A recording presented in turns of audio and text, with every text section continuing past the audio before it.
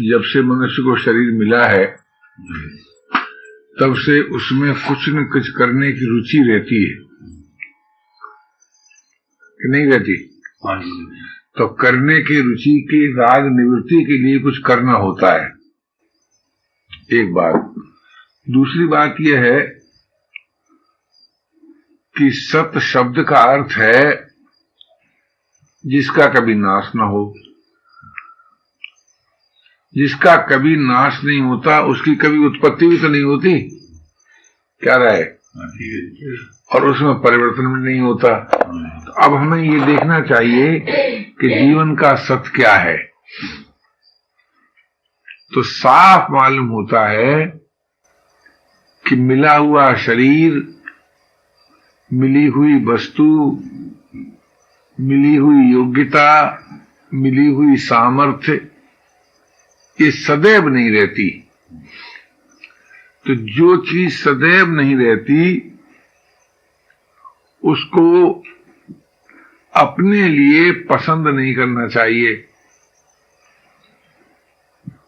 किंतु उसका सदुपयोग करना चाहिए। असत वस्तु का सदुपयोग करना चाहिए। तो सदुपयोग का अर्थ क्या है कि हम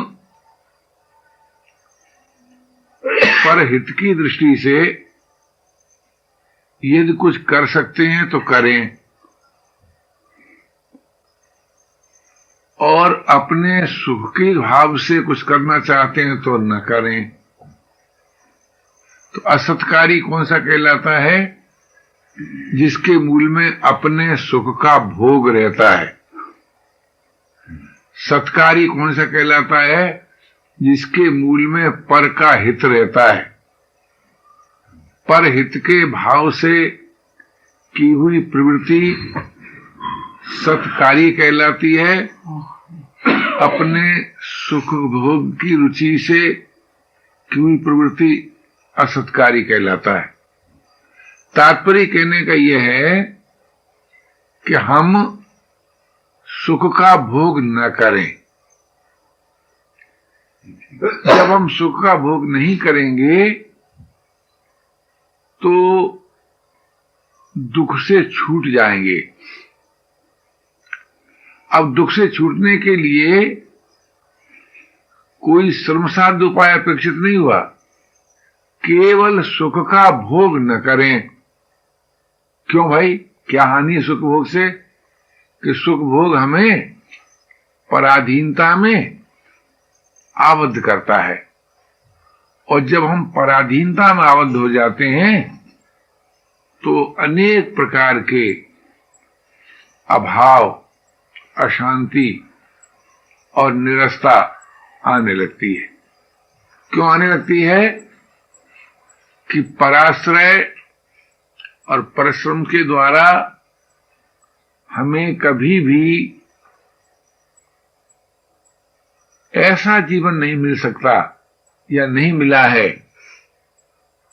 जिसका कभी नाश न हो। अगर हम उस वस्तु योग्यता सामर्थ्य का उपयोग पर सेवा में करें तो सेवा का अंत हमेशा त्याग में होता है, और भोग का अंत त्याग में नहीं होता। त्याग का अर्थ यह है कि जो अपने से भिन्न है उसकी हमको अपेक्षा न रहे। हम अपने में अपने जीवन का अनुभव करें, हम अपने में अपने प्रेमास्पद को पा जाएं, अपने में जीवन पा जाएं, प्रेमास्पद को पा जाएं। ये एक मौलिक मनुष्य की मांग है, क्योंकि जो अपने में होगा वो कभी अपने से अलग नहीं होगा। अर्थात ऐसा योग जो वियोग से रहित है, अगर हमको प्राप्त हो जाए तो हम बड़ी सुगमता पूर्वक अमर जीवन से, स्वाधीन जीवन से, रसरूप जीवन से अभिन्न हो सकते हैं। अब जिसका वियोग ना हो उसको संयोग कहते हैं क्या? क्या राय है? बोलो। है?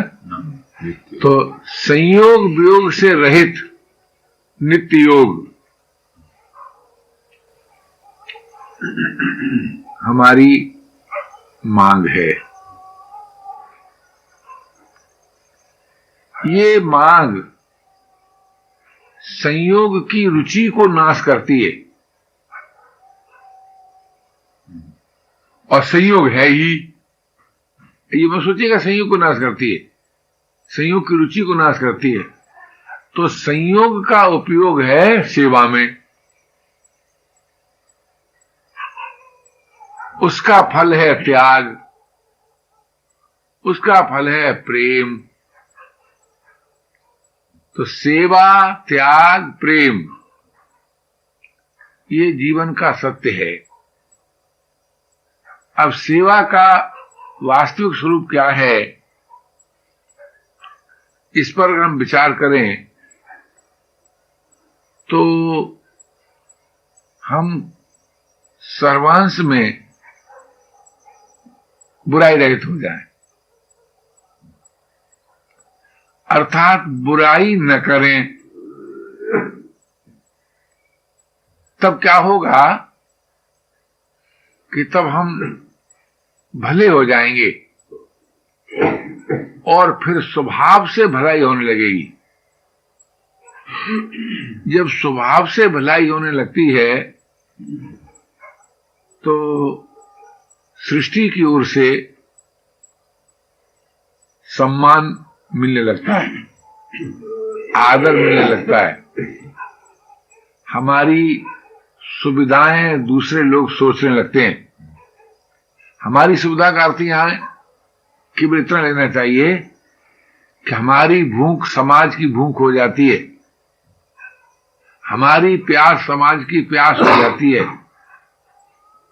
हमारी शारीरिक आवश्यकता हमारी न रहकर समाज उसे अपनी आवश्यकता अनुभव कर लेता है, और हम किसी ऐसी आवश्यकता से जो पराश्रय से पूरी हो, परिश्रम से पूरी हो, मुक्त हो जाते हैं, और हम फिर सदा के लिए हरि आश्रय और विश्राम से अभिन्न होते हैं। यानी हरि आश्रय से हम अभिन्न होते हैं, विश्राम से हम अभिन्न होते हैं, और जब हरि आश्रय और विश्राम प्राप्त हो जाता है तो फिर उसका कभी वियोग नहीं होता। आप विचार करके देखिए, परमात्मा उसे नहीं कहते जिससे हम कभी अलग हो सकें अथवा जो हमसे अलग हो सके, उसका नाम परमात्मा नहीं है। विश्राम उसे नहीं कहते जो स्थायी न हो, अखंड न हो। विश्राम भी अखंड है, प्रभु का योग भी अखंड है, अविनाशी है। तो इससे ये सिद्ध हुआ कि विश्राम से और हरि आश्रय से जीवन मिलता है, और किसी प्रकार जीवन मिलता होगा इसका हमको कोई अनुभव नहीं है। आप लोगों को अगर किसी अन्य प्रकार से जीवन मिला हो तो आप बताइए। अब आप सोचिए कि विश्राम के लिए आवश्यक कार्य करना होगा या नहीं? क्या राय है? आवश्यक कार्य को हम पकड़े रहें, पूरा न करें तो विश्राम मिलेगा जी? कभी नहीं मिलेगा। और आवश्यक कार्य करने में क्या हमें कभी भी असमर्थता का अनुभव होता है? ये नहीं होता। तात्पर्य क्या निकला कि हम आवश्यक कार्य पूरा करने में असमर्थ नहीं है। तो जिस काम में हम असमर्थ नहीं है वो कार्य हमारे लिए स्वाभाविक है कि अस्वाभाविक है? ये स्वाभाविक है। आवश्यक कार्य उसे कहते हैं कि जिसके करने में आपको कोई कठिनाई नहीं है, उसको आवश्यक कार्य कहते हैं। जैसे आप विचार करके देखिए कि आप में करने की रुचि है और उसकी सामर्थ्य है, तो आप उसको पूरा करने में आपको क्या उलझन होगी? ये हाँ, एक बात है, अगर आप भोग करेंगे तो आपसे आवश्यक कार्य पूरा नहीं होगा। भोग से क्या होता है कि मनुष्य असमर्थता की ओर और पराधीनता की ओर उत्तरोत्तर बढ़ता जाता है, उत्तरोत्तर उलझता जाता है असमर्थता में और पराधीनता में। लेकिन आवश्यक कर्तव्य में स्वभाव से कार्य के अंत में विश्राम से अभिन्न होता है, और विश्राम हमें अपने में अपने प्रेमास्पद से मिला देता है। विश्राम की बड़ी भारी विचित्रता है कि यदि हमें विश्राम प्राप्त हो जाए तो हम अपने में अपने उस जीवन को जिसका कभी नाश नहीं होता, जिसमें जड़ता नहीं है अपितु चेतना है और जो रसरूप है, ये विश्राम उसका उपाय है। और आपने जीवन में देखा होगा कि जब कोई आप काम करते हैं तो उसका आरंभ न करने की स्थिति से होता है कि करने की स्थिति से होता है? अच्छा, अंत उसका किसमें होता है? तो विश्राम कार्य के आरंभ से पूर्व भी है और कार्य के अंत में भी है।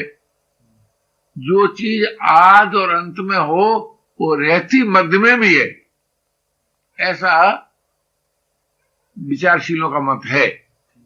अतः विश्राम हम सबको स्वभाव से नित्य प्राप्त है और विश्राम में जीवन है। पराधीन रह करके विश्राम प्राप्त नहीं होता। अगर आप किसी मेरे संकल्प को पूरा करते हैं तो आपको पराधीनता का अनुभव होता है क्या? ये? और जब अपने संकल्प को पूरा करते हैं तब स्वाधीनता का अनुभव होता है क्या? ये नहीं होता ना। तो पराधीनता कब तक रहती है? जब तक हमारा अपना कोई संकल्प है। और पराधीनता का नाश कब होता है? कि जब हम किसी दूसरे के उस संकल्प को जिसके पूरे करने में असमर्थ हैं, अथवा जो ज्ञान के विरुद्ध नहीं है, सामर्थ्य और ज्ञान के अनुसार दूसरों के संकल्प को पूरा करना, ये सेवा कहलाती है। सामर्थ्य और ज्ञान के अनुरूप दूसरे के संकल्प को पूरा करना सेवा कहलाती है। इसी को आवश्यक कार्य कहते हैं और इसी का अंत विश्राम है। और विश्राम में अलौकिक, अनुपम, अद्वितीय, रसरूप चिन्मय जीवन है। अलौकिक जीवन विश्राम में है और किसी में नहीं है। और विश्राम चाहे कोई कितना ही गतिशील हो, गति का उद्गम और गति का अंत स्थिरता में होता है। ऐसा नहीं होता कि गति से गति पैदा हो, गति में विलीन हो। होता है क्या? ये गति का उद्गम स्थिरता है, गति का अंत स्थिरता है। इसलिए हमें यदि कार्य के अंत में स्वभाव से विश्राम प्राप्त होता है, हम शांत होते हैं, तो हम स्वाधीन भी होते हैं, और स्वाधीन होते हैं तो अमर भी होते हैं। अमर होते हैं तो रसरूप जीवन भी मिलता है। ये सब एक के बाद एक है ही। इस दृष्टि से अगर हम और आप विचार करें तो हमें विश्राम के लिए आवश्यक कार्य करना चाहिए। अगर उस कार्य के पीछे भगवत संबंध है तो भगवत प्रेम मिलेगा।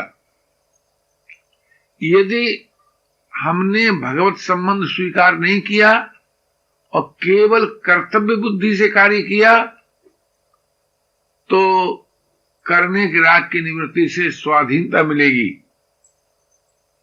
और अगर पर पीड़ा से पीड़ित होकर के कार्य किया तो विश्राम मिलेगा।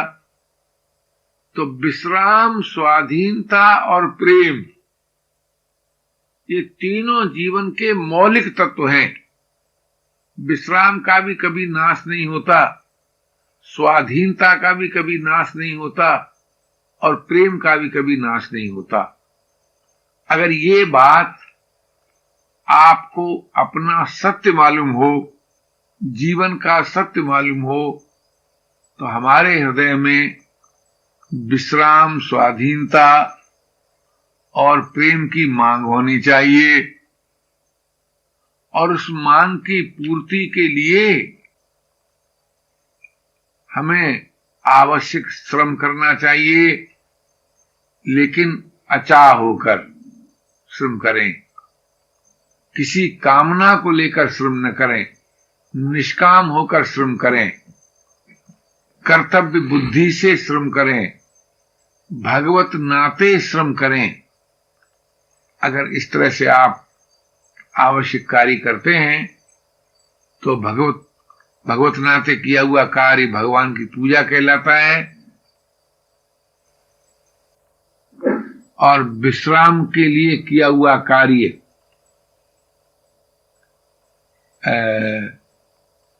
कर्तव्य कहलाता है, और स्वाधीनता के लिए किया हुआ क्या कार्य साधन कहलाता है। तो कर्तव्य पालन करें, पूजा करें, साधन करें। साधन का अर्थ ही है कि असाधन रहित प्रवृत्ति। पूजा का अर्थ ही है कि भगवत संबंध से ओतप्रोत प्रवृत्ति। कर्तव्य का अर्थ ही है कि जिसके अंत में स्वतः चिर विश्राम अर्थात योग की प्राप्ति। योग का पूर्व पक्ष कर्तव्य है, उत्तर पक्ष योग है। प्रेम का पूर्व पक्ष पूजा है, उत्तर पक्ष प्रेम है। अगर ये बात आपको ठीक लगे तो भगवत नाते कर्तव्य करें, अथवा जगत के नाते से कर्तव्य करें, अथवा आत्मा के नाते अपने सब जगत। देखिए, ऐसा सोचिए कि जीवन का सत्य क्या होगा, या तो सभी अपने हैं अथवा अपना कोई नहीं। लेकिन शरीर अपना है और संसार अपना नहीं है, ये भूल होगी। या संसार का मालिक कोई और है और शरीर का मालिक मैं हूं, ये भूल होगी। क्योंकि शरीर और संसार स्वरूप से अविभाज्य हैं, एक हैं। शरीर सर्वकाल में संसार में ही रहता है, संसार से अलग होकर रह ही नहीं सकता, संसार से अलग उसका अस्तित्व ही नहीं है। अगर ये बात आपके अनुभव में है कि शरीर और संसार अभिन्न है, तो फिर आप सभी को अपना मानकर काम करें तो प्रेम प्राप्त होगा। और संसार को भगवान का मानकर काम करें तो भी प्रेम प्राप्त होगा, और संसार एक इकाई है इस भाव से काम करें तभी प्रेम प्राप्त होगा। ये बात अलग है कि आप जगत के अस्तित्व को माने तो विश्व प्रेम प्राप्त होगा, अपने अस्तित्व को माने तो आत्मरति प्राप्त होगी, प्रभु के अस्तित्व को माने तो प्रभु प्रेम प्राप्त होगा। और किसी न किसी का अस्तित्व बिना माने आप रह सकते हैं क्या? बोधराज भाई क्या है, बोलना जरा बेटा है? या तो आप संसार के अस्तित्व को कहेंगे संसार है, या कहें मैं है, या कहें परमात्मा है, या यूं कहिए कि जिसका अस्तित्व है वही परमात्मा है। अब जगत कहां रहा? अगर तुम जगत के अस्तित्व को मानते हो तो जगत रहा कि परमात्मा रहा? परमात्मा। अच्छा, अगर आप अपने अस्तित्व को मानते हो तो मैं रहा कि परमात्मा रहा है? तो जिसका अस्तित्व है उसी का नाम परमात्मा है। अस्तित्व माने जो कभी नाश होता ही नहीं। इस तरह से आपने कभी सोचा होता तो आपको बड़ा आनंद मालूम होता। अरे जगत नहीं है, परमात्मा है, मैं नहीं हूं, परमात्मा है, परमात्मा ही परमात्मा है, और कुछ है ही नहीं, हो सकता ही नहीं, कभी होगा नहीं। अब बताओ परमात्मा से दूरी कैसे पैदा करोगे? क्या राय? अगर आप परमात्मा के अस्तित्व को ही नहीं मानते हैं तो परमात्मा की प्राप्ति होगी? अच्छा, एक बात और सोचिए, क्या अनेक स्वतंत्र अस्तित्व हो सकते हैं? जी हाँ, अनेक स्वतंत्र अस्तित्व नहीं हो सकते। इसलिए आप देखेंगे कि संसार में किसी जो वस्तु जैसी दिखती है वैसी है नहीं। है वैसी क्या? जी, वैसी रहती है क्या? तो जो न हो न रहे उसको अस्तित्वहीन कहते हैं। इसी बात को हमारे महापुरुषों ने, तत्ववेताओं ने, ब्रह्मविद पुरुषों ने कह दिया, ब्रह्म है, ब्रह्म है, ब्रह्म है, ये कह दिया। उससे भिन्न कुछ है नहीं, हो सकता नहीं, कभी होगा नहीं। एक बात तो सोचो, जब तक आप ऐसा नहीं सोचते हैं कि अमुक वस्तु के द्वारा मुझे आराम मिल सकता है, ऐसा अगर सोचते हैं, तब तक कभी भी आपको आराम मिलता है क्या? जी? अमुक वस्तु से मुझे आराम मिलेगा तो आराम मिलता नहीं। जो अपने में नहीं है उससे मुझे आराम मिलेगा तो आराम मिलता नहीं।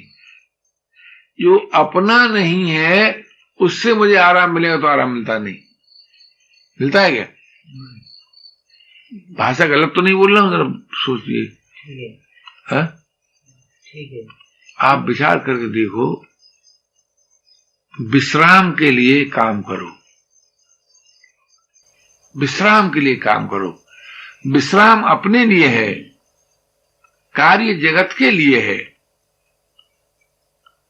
जब हम अपने लिए विश्राम को पसंद करते हैं, देखिए यह एक बात बड़ी गंभीर है, विचारणीय। विश्राम और आलस्य, इन दोनों बड़ा भेद है। आलसी पुरुष जो होता है वो उत्तरोत्तर अकर्मण्यता में आबद्ध होता जाता है, और जो अकर्मण्य होता है वो व्यर्थ चिंतन में आबद्ध होता है। व्यर्थ चिंतन उसी में ज्यादा होता है जो अकर्मण्य है, और जो अपने कर्तव्य में लगा है उसमें, उसके जीवन में व्यर्थ चिंतन होता नहीं। और जब व्यर्थ चिंतन नहीं होता है तब अपने आप सार्थक चिंतन उदय होता है, चाहे वो जिज्ञासा का रूप धारण करे, चाहे वो प्रियता का रूप धारण करे। भगवत लालसा का रूप धारण कर ले अथवा तत्व जिज्ञासा का रूप धारण कर ले। कब कब? जब व्यर्थ चिंतन नहीं होता है तब। और व्यर्थ चिंतन कब नहीं होता है? जब आप श्रमी होते हैं, संयमी होते हैं, विवेकी होते हैं, प्रेमी होते हैं, तब जीवन में अकर्मण्यता नहीं रहती। श्रमी, संयमी, विवेकी और प्रेमी, जब ये चारों बातें आ जाती हैं तब निर्भिमानता भी आ जाती है। और जब निर्भिमानता आ जाती है तब समता भी आ जाती है। और जब समता आ जाती है तो प्रसन्नता भी आ जाती है। समता है तो प्रसन्नता भी है। तो मैं ये आपसे निवेदन कर रहा था कि हमें अकर्मण्य नहीं होना चाहिए। जो कर सकते हैं, जो करना चाहिए वो करके, करने के राग से रहित होके। देखो, हमारा शरीर से तादात्म्य कब होता है? जब हम कुछ करते हैं। क्यों भाई? शरीर से तादात्म्य में कुछ, जब बोलता हूं तो वाणी से तादात्म्य होता है कि नहीं? जब आप सुनते हैं तो स्रोतों से आपका तादात्म्य होता है कि नहीं? जब आप देखते हैं तो आंख से तादात्म्य होता है कि नहीं? जब आप सोचते हैं तो मस्तिष्क से तादात्म्य होता है कि नहीं? इसलिए सेवा का महत्व बहुत बड़ा है। मानव शासन की प्रणाली में तो यहां तक कहा है कि अगर आप कुछ करने की सोचते ही हैं तो सेवा करने की सोचिए। अगर आपके दिमाग में आता है हमें कुछ करना है तो वही सेवा कीजिए, और नहीं तो अच्छा हो जाइए, अकिंचन हो जाइए, शरणागत हो जाइए। अगर परमात्मा का अस्तित्व मानते हैं तो शरणागत हो जाइए, अपना अस्तित्व मानते हैं तो अच्छा और अकिंचन हो जाइए, और जगत का अस्तित्व मानते हैं तो सेवा कीजिए। जगत का अस्तित्व मानकर अगर आप सेवा नहीं करेंगे तो विश्राम नहीं मिलेगा। अपना अस्तित्व मान करके अगर आप अच्छा और अकिंचन नहीं होंगे तो विश्राम नहीं मिलेगा। परमात्मा का अस्तित्व मान करके अगर आप शरणागत नहीं होंगे तो विश्राम नहीं मिलेगा। और जब तक विश्राम नहीं मिलेगा तब तक स्वाधीनता और प्रेम का उदय ही नहीं होगा।